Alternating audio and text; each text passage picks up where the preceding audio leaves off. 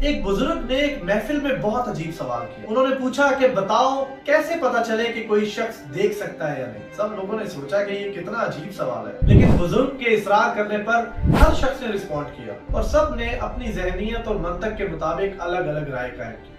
لیکن بزرگ نے کہا نہیں، جو کسی بھوکے کو دیکھے اور سمجھ جائے کہ یہ شخص بھوکا ہے وہ شخص دیکھ سکتا ہے۔ جو شخص کسی کو مشکل، پریشانی یا بیماری میں دیکھے اور سمجھ جائے کہ یہ شخص پریشان ہے، تکلیف میں ہے، وہ شخص دیکھ سکتا ہے۔ میرے استاد ڈاکٹر اسرار احمد صاحب نے ایک بہت خوبصورت بات کی جو شاید آپ نے سنی ہو، لیکن میں آپ کے گوش گزار کرنا چاہوں گا۔ انہوں نے کہا کہ آپ کسی کو مصیبت میں دیکھو، پریشانی میں یا تکلیف میں یا بیماری میں دیکھو، اور آپ اس پوزیشن میں ہو کہ اس کا کوئی ساتھ دے سکو یا مداوا کر سکو یا اس کی کوئی ہیلپ کر سکو، اور آپ ایسا نہ کرو، تو پھر چاہے آپ محدث ہو، معلم ہو، عابد ہو، زاہد ہو، قاری ہو، عالم ہو، آپ نیک نہیں ہو۔ ایسی آنکھوں کا کیا فائدہ جو کسی کو تکلیف میں دیکھے اور ہم دیکھا کرتے؟ ایسے کانوں کا کیا فائدہ جو کسی کی پریشانی سنے اور ہم سنا کرتے؟ ایسے دل کا کیا فائدہ جو کسی کی تکلیف کی بات بھی نہ کرتے؟